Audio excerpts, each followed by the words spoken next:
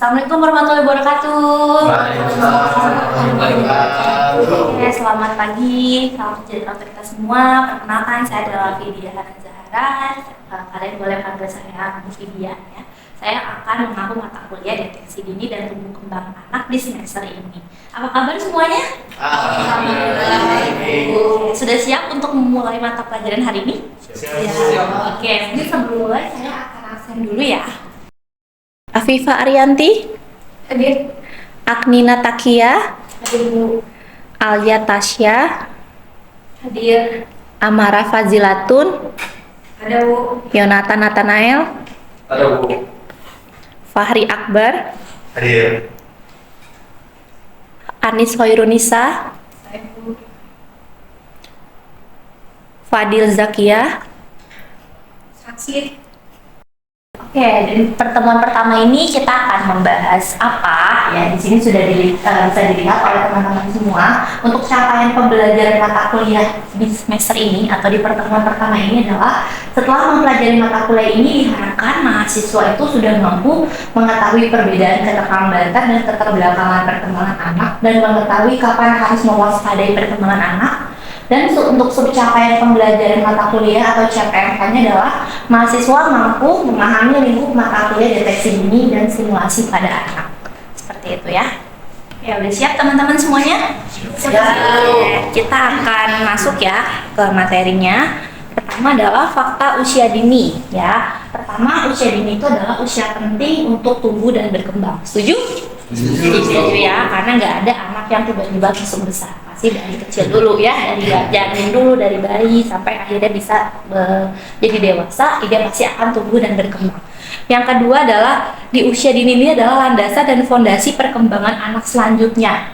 Nah, jadi kebayangnya semua anak itu tuh semuanya kan dari kecil, otomatis di 2 tahun pertama kehidupannya mereka itu adalah landasan yang penting untuk perkembangan selanjutnya ya. Jadi kalau di usia 2 tahun itu memang kita sebutnya adalah masa-masa, ingat, golden age ya. Makanya karena masa-masa golden age disinilah landasan pertama anak itu ketika dia sudah lahir ya dan berkembang.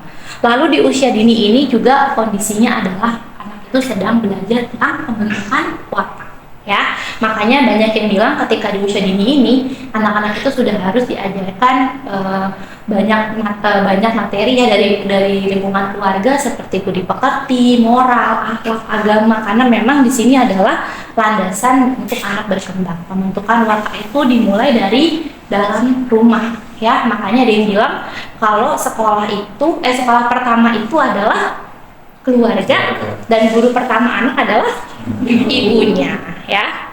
Oke, lalu kita lanjut lagi. Fakta usia dini adalah pengalaman pertama yang terekam kuat di alam bawah sadar.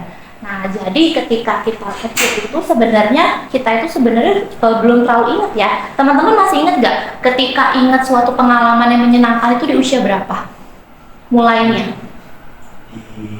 Sekitar 5 tahun. 4 tahun masih ada ingat pengalaman di 4 tahun? Masih ada ingat? Enggak ingat 5 tahun berarti ya? Lupa Bu. Belum. Ya mungkin sekitar 4 atau 5 tahun ya. Nah faktanya adalah sebenarnya pengalaman itu tuh sudah ada di usia kita dari dalam kandungan sebenarnya. Tapi semuanya itu terekamnya di alam bawah sadar. Makanya kalau teman-teman ditanya, inget gak? Pasti bilangnya gak inget. Karena semuanya udah terekamnya di alam bawah sadar. Ya, jadi sebenarnya semua memori kita di dalam kandungan sampai kita mungkin usia 3 atau 4 tahun itu semuanya ada di alam bawah sadar. Ya, yang teman-teman ingat hanya di mungkin usia 4 tahun sampai 5 tahun ke atas seperti itu ya. Lalu di fakta usia dini ini adalah masa awal berinteraksi dengan lingkungan. Setuju ya? Nah, makanya biasanya ketika anak bayi gitu ya sampai balita itu memang saatnya mereka itu belajar untuk berinteraksi dengan lingkungan sekitarnya. Makanya kalau anak-anak bayi itu atau anak-anak balita itu biasanya eksplorasinya luar biasa. Semua pengen dicoba, semua pengen digapai, ya kan? Semua pengen disapa. Karena memang ini adalah sesuatu hal yang baru untuk anak-anak usia dini untuk berinteraksi dan bersosialisasi sama orang lain seperti itu ya.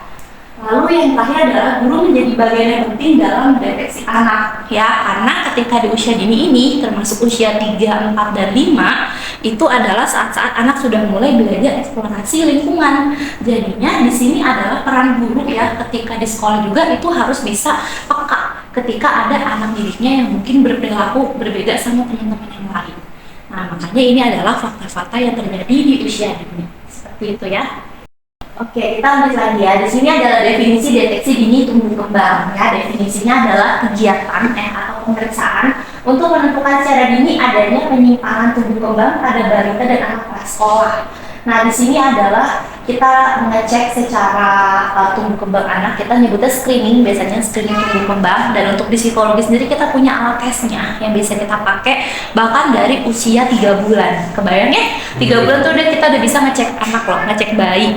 Kita nanti pakai alat tes namanya Denver atau DBSP. Nanti kalian akan pelajari di kelas ini ya. Nah, dengan Denver itu kita bisa men-screening ada penyimpangan nggak tumbuh kembang pada balita.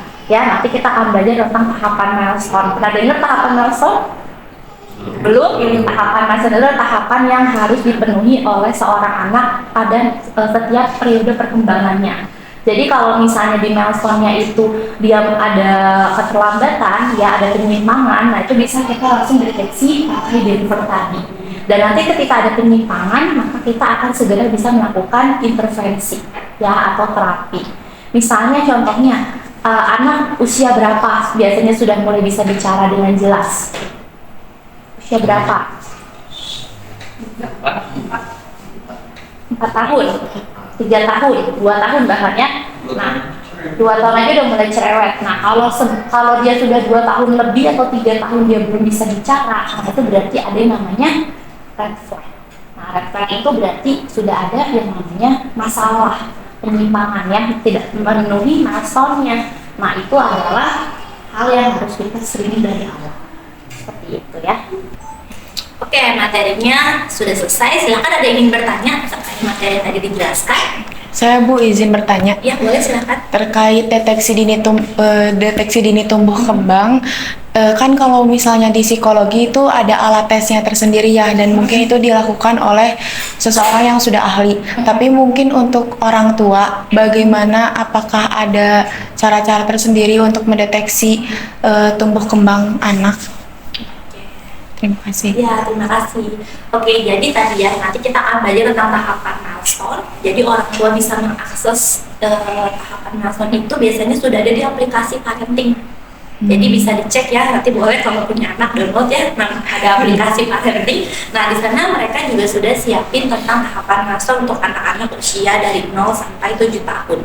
Jadi nanti teman-teman yang akan jadi orang tua ke depannya boleh dicek tahapan milestone-nya, apakah sudah ada pada anaknya atau belum, sudah sesuai atau belum. Jadi walaupun kita nggak menggunakan alat tes, tapi dengan menggunakan teori milestone yang bisa diakses di mana saja ya, karena di Google juga sudah banyak, itu bisa membantu orang tua untuk ngecek sendiri perkembangan anaknya seperti apa, gitu ya.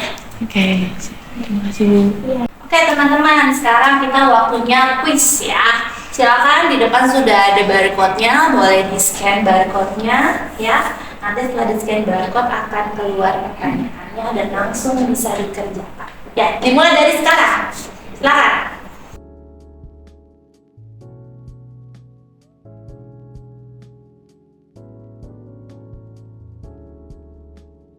Oke, rekan-rekan mahasiswa, dikarenakan waktunya juga sudah habis ya, dan materinya juga sudah usai, dan kuis juga sudah dilaksanakan, pertanyaan juga sudah beres semuanya. Mungkin kita sudah sampai di penghujung acara ya pada sesi hari ini. Oke, sampai ketemu lagi di pekan depan ya. Terima kasih banyak atas perhatian dan kerjasamanya. Saya ucapkan wabillahi taufiq wal hidayah. Assalamualaikum warahmatullahi wabarakatuh. Waalaikumsalam warahmatullahi wabarakatuh.